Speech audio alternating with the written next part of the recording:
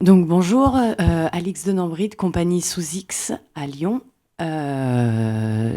Jeune compagnie, le premier projet, No Visa for this Country. Pour parler un peu plus...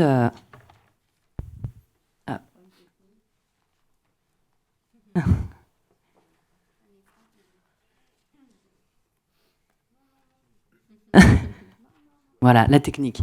Alors, qu'est-ce que c'est No Visa for this Country? C'est donc un parcours au casque où on emmène le spectateur dans l'histoire d'une disparition, celle d'une femme qui s'appelle Jeanne. Et donc, le public est divisé en deux groupes de 25 personnes. Et ils suivent une silhouette féminine qui porte donc un chapeau de cow-boy. Et au fur et à mesure du parcours, apparaissent... apparaissent une multitude de silhouettes identiques avec le même chapeau de cow-boy. On travaille en général dans des espaces plutôt comme des centres commerciaux, des supermarchés, qui sont des lieux avec des lieux assez ordinaires et des lieux où on a tout un public usagé, un public qui est présent. Et l'idée, c'est de créer de la fiction justement dans des lieux banals et de créer un trouble chez le spectateur et un spectateur qui est multiple. C'est-à-dire que dans cette création, je travaille sur différents types de publics. Il va y avoir le public participatif, c'est-à-dire les amateurs avec lesquels je travaille et qui font les silhouettes de cow-boy dans le supermarché. J'ai un deuxième cercle de public qui est le public convoqué, le public casqué. Et puis, j'ai le public non convoqué qui, lui, est encore dans une périphérie autre de ce cercle-là.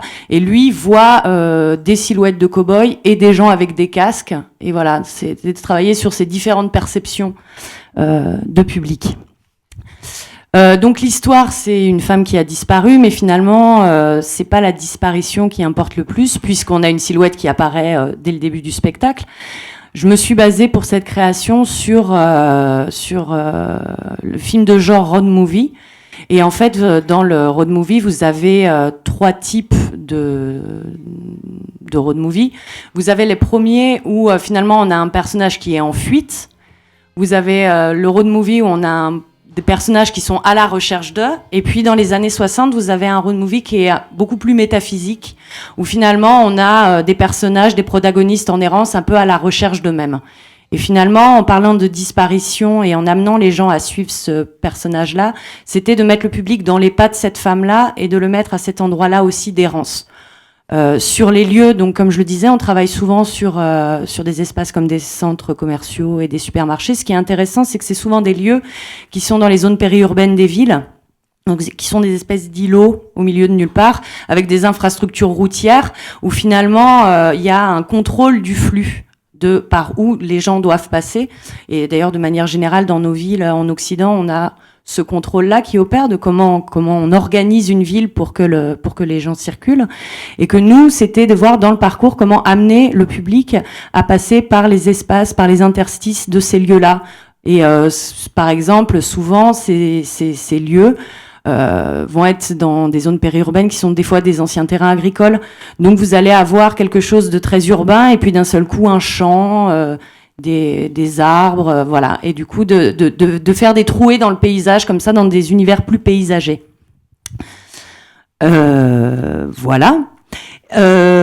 Depuis le tout début, j'ai commencé à travailler sur l'écriture de ce projet, donc j'ai démarré en 2012. Il y a toujours eu un volet transmédia, c'est-à-dire que le point de départ, quand j'ai voulu parler de disparition et plus spécifiquement travailler sur la thématique de l'errance, c'était d'interroger la ville sur ses fantômes. Alors ce que j'appelle ces fantômes, c'est ces gens qui font partie du paysage urbain, mais qu'on ne remarque pas forcément, et ces corps en silence. Par exemple, de travailler sur l'état de corps des SDF, qui sont juste un corps assis au sol, un corps appuyé contre un mur, et qui viennent souvent casser avec la verticale du piéton, et qui sont des états de corps qui sont silencieux.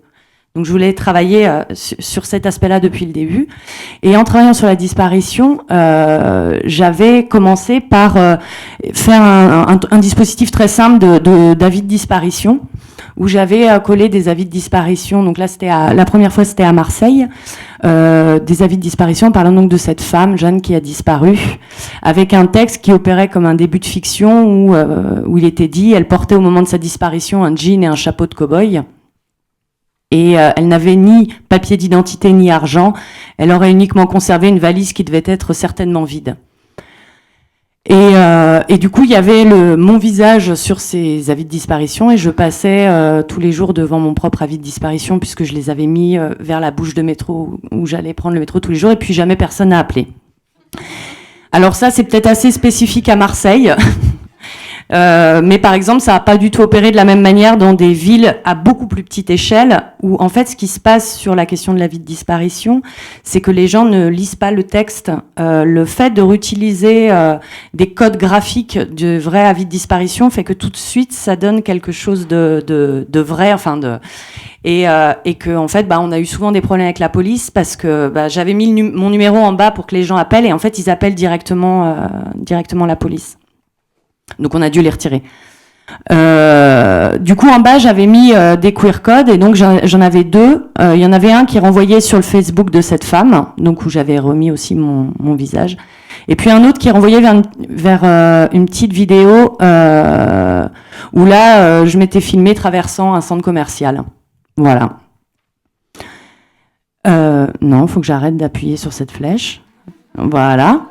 Donc j'en arrive à auteur d'espace création interactive dans l'espace public, et donc je remercie la SACD pour cela, dans la mesure où depuis le début j'avais eu envie sur ce projet de travailler sur un dispositif embarqué pour un téléphone Android que j'avais mis un peu de côté à un moment donné pour des raisons toutes simples de production, puisque j'étais une compagnie émergente qui n'avait pas encore monté de production, et que je ne me sentais pas en capacité à ce moment-là de porter un projet qui n'était pas encore à la mesure de ce que j'étais en capacité de porter. Mais du coup, dans ce volet, comme je parlais de projet transmédia, l'idée maintenant qui va être mise en place donc là à Aurillac dans le cadre du festival fin août, c'est donc avec Jacques Pupponi, donc qui a présenté tout à l'heure son travail, et merci Catherine de nous avoir présenté. Du coup, c'est de reprendre le principe des avis de disparition. Donc je m'explique. En fait, comme c'est une forme qui se passe au casque, on a donc une jauge limitée, notamment pour des questions de gestion de matériel, toutes simples. Et donc les gens doivent s'inscrire. Donc ça nous permet d'avoir une idée de qui vient voir le spectacle, une idée du public. Et du coup, ce serait, pendant ce temps de festival, d'inviter le public à télécharger une application lorsqu'il s'inscrit au moment des réservations. Et ensuite, c'est de pointer un certain nombre de points dans la ville d'Aurillac qui correspondent donc à ce qu'on appelle les pastilles. Et donc les pastilles sont les lieux où les gens vont voir des spectacles alors souvent ça va être des cours dans des festivals comme Aurillac, et donc qui sont des lieux avec une certaine densité aussi de public, et qui aussi, je spécule un peu, mais sur les gens qui vont venir voir le spectacle Novisa, ont de fortes probabilités aussi de passer dans ces zones-là. Et du coup, c'est de poser une trentaine d'avis de disparition dans ces lieux-là, donc sur le principe que j'avais montré donc tout à l'heure des avis de disparition dans la ville, et à la fois par rapport à cette application, donc des gens qui l'auront téléchargé, d'avoir un déclenchement GPS et d'avoir du contenu qui arrive directement sur leur téléphone. Ce contenu, il est de deux natures, il est à la fois sonore et aussi photo. Donc on a, comme je disais, une création sonore dans ce spectacle, et dans cette création sonore, on a notamment un certain nombre de messages laissés sur le répondeur de cette femme qui a disparu. Et également, pendant le temps de création l'année dernière, on avait fait tout un travail de photo lorsqu'on était en résidence à Port-Saint-Louis-du-Rhône en Camargue, tout un travail photographique de cette silhouette de femme, de cette silhouette de cow-boy dans les paysages camarguais et aussi sur les sites de pétrochimie. Et du coup, c'est d'avoir ce contenu qui arrive sur le téléphone des gens en amont et après le spectacle. Ce que je trouvais intéressant dans cette dimension-là, il y a à la fois ce que je triturais déjà avec ces histoires d'avis de disparition, c'est aussi de déborder du cadre de la représentation, c'est comment faire vivre ce personnage, comment faire vivre cette histoire en dehors du simple cadre de la représentation. Et puis aussi de s'interroger là spécifiquement sur Aurillac, où on va voir un public de festivaliers hyper sollicités, et puis d'avoir cette chose qui vient de manière régulière de ce contenu photo ou ce contenu sonore. Voilà, et qui, à mon sens, puisque comme je le disais tout à l'heure, sur la question du public, qui moi m'importe beaucoup, c'était aussi du coup d'amener le public dans une autre écoute du spectacle. Je pense que du coup il vient, s'il a déjà eu ce contenu-là, il vient aussi avec une autre. Il y a d'autres portes dans sa tête qui sont ouvertes avant même le début du spectacle, et je trouvais ça intéressant parce que c'est des choses sur lesquelles j'aime travailler sur cet infrasensible, sur ces choses plus souterraines qui sont presque de l'ordre de l'invisible. Donc je vous montre un peu ce qui est plus de l'ordre des messages et à la fois du travail photographique qu'on a fait sur ce projet. Oui, alors je ne sais pas si je dois garder les billets, si vous êtes toujours intéressé, hein, c'est M. Loury, 06 10 75 67 49. Ça fait plusieurs fois que je vous appelle, hein, je pensais que vous étiez intéressé. Alors donnez-moi sinon une réponse négative, hein, si ça ne vous intéresse pas, ou sinon, voilà. Hein, donc rappelez-moi quand même. Merci.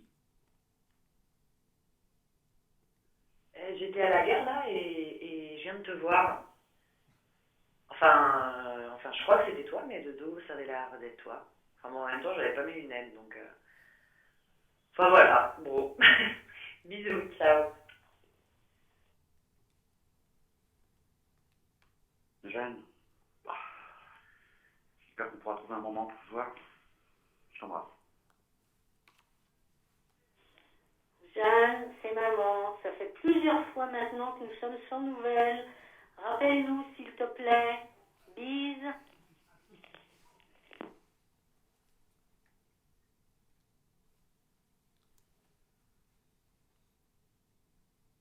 Allô? J'entends rien, c'est pas possible. Bon, tu veux bien me rappeler, s'il te plaît? Bisous.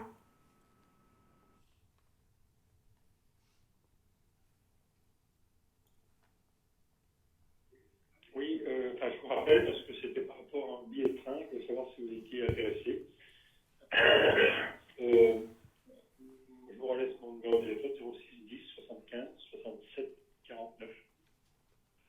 Jeanne, j'ai rêvé un cheval. Et quand je me suis réveillée, je sais pas, j'ai pensé à toi. Bon, tout me manque. Bon, à toutes, j'espère. Au revoir. Ciao. Donc voilà pour le contenu. Et juste pour finir, par rapport à cette question de la... Il me reste 4 minutes, très bien. Je vais faire ça en 4 minutes. Ce que je trouve intéressant, et là où j'ai envie d'aller plus loin aussi dans les prochaines créations et sur ces expérimentations-là, c'est que finalement, en tant qu'artiste qui travaille sur l'espace public, ce qui m'intéresse beaucoup, c'est le fait que finalement, la ville n'est plus autant vecteur de lien social qu'avant, et que finalement, les nouvelles technologies ont participé, à mon sens, à cette coupure, ne serait-ce que sur notre rapport au téléphone qu'on a tous dans des lieux publics. Et que, en même temps, j'ai envie de m'interroger et de travailler sur comment ils peuvent être aussi vecteurs de rencontres. Voilà.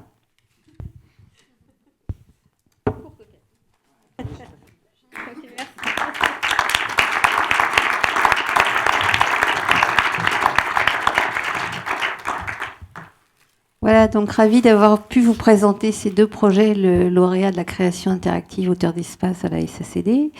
On a encore un peu de temps pour les échanges, les questions, donc n'hésitez pas si vous avez envie d'en savoir plus sur ces projets ou sur le fond.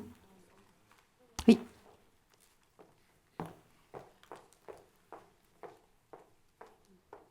Donc juste pour info, le live stream va pas tarder à s'arrêter, mais c'est pas grave, on peut continuer à discuter tranquillement. Je sais plus où était la question. C'est où? Oui, bonsoir. Donc merci beaucoup pour la présentation de vos projets. Vous étiez tous les deux sur des projets d'écriture transmédia et donc interactive. Et donc le game design est souvent quelque chose qu'on convoque pour justement arriver à orienter les spectateurs dans le parcours interactif qu'on leur propose. Donc j'aurais aimé avoir des éléments un peu plus concrets sur le game design que vous avez proposé, s'il y en avait dans les deux ou pas déjà, parce que je suis pas certain qu'il y en ait dans les deux. Et si oui, comment est-ce que vous avez conjugué game design et expérience artistique qui est pas trop téléguidée du coup? Peut-être que Xavier plus dans le... Oui, dans le jeu vidéo, on parle depuis un certain nombre de décennies de deux catégories, les jeux bac à sable et les jeux toboggan. Donc, donc la plupart des jeux sont plutôt toboggan que bac à sable. Nous, on a travaillé plutôt sur du bac à sable, ce qui est c'est pas le plus simple en game design de présenter un bac à sable. Alors un toboggan, c'est un dispositif métallique qui présente une pente et donc l'utilisateur en fait par la gravité glisse de manière linéaire. Donc il y a un début, une fin, voilà. Alors que le bac à sable, c'est effectivement un dispositif qui est plus ouvert. On peut creuser, on peut trouver des choses sous le sable qui sont perdues par un ancien participant, etc. Et donc, quand on définit un bac à sable, on ne sait pas exactement ce qui va se passer dans le bac à sable, alors que quand on définit un dispositif type toboggan, généralement, le résultat est assez attendu. Bon, il y a toujours des personnes qui prennent le toboggan en sens inverse, tout ça, mais généralement, c'est plus maîtrisé. Et donc, du coup, pour répondre à la question plus précisément, on ne présente pas un game design, parce qu'en face on n'a pas un éditeur de jeux vidéo, donc on présente plus une partie du game design qu'on pourrait appeler un walkthrough, c'est-à-dire l'expérience telle qu'elle est vécue à la première personne, et puis donc la partie artistique, c'est-à-dire le projet d'écriture lui-même, quels sont les enjeux qui sont soulevés, etc. Mais c'est pas une présentation comme on le ferait en présentation de game design. Donc c'est paradoxal, mais vous le savez comme moi, chaque interlocuteur, il faut présenter les choses pour que le projet puisse être compris.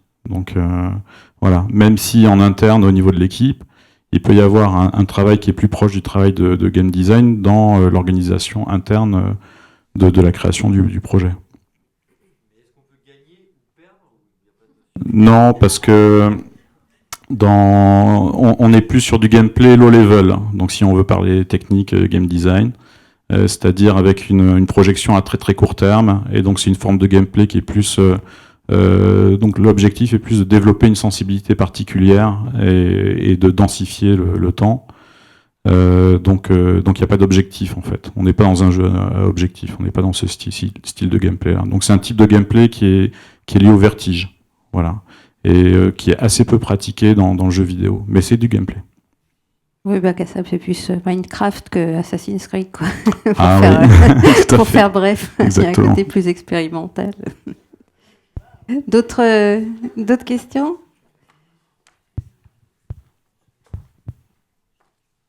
Oui. C'est une question ou vous discutez avec les mains? Non, c'est pas une question. Ok, écoutez, donc avant de vous quitter, on a un petite info pratique. Donc on vous invite à aller boire un coup là juste à côté au bistrot de la Gaîté.